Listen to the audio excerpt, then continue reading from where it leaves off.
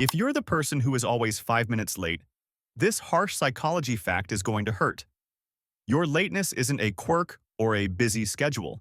It's actually a subtle form of arrogance your brain uses to protect your ego. Psychologists call this the planning fallacy, combined with optimism bias. And once you understand it, you'll see that your struggle with time isn't about your watch. It's about a deep-seated need for control. Your relationships, your reputation, and even your self-worth are all being eroded by this one psychological pattern. But here's where it gets even worse. Psychology says people who are chronically late don't do it because they don't care about the event. They do it because they don't value the other person's time as much as their own comfort. Here's the painful part. Your brain subconsciously enjoys the rush of being late because it makes you feel like the protagonist of a story where everyone else is just an extra waiting for your arrival. But here's the part nobody wants to admit, and it explains why you keep doing it despite the guilt. This happens because of a phenomenon called magical thinking.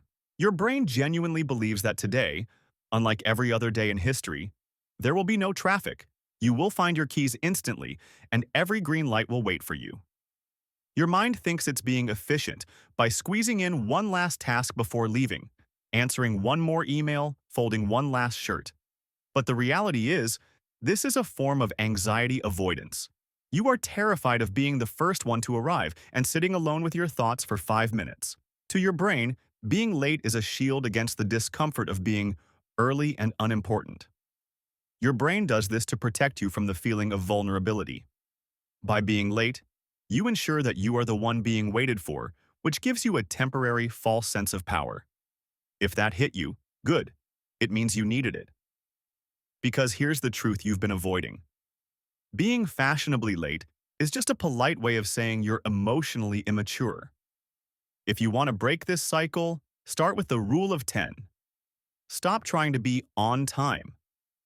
Instead, aim to be 10 minutes early as if your life depended on it. Here's the mental trick that actually works. Time buffer realism. When you think a task will take 10 minutes, your brain is lying. Double it. Always. If you want people to trust you again, stop apologizing for being late and start respecting the fact that their time is just as finite as yours.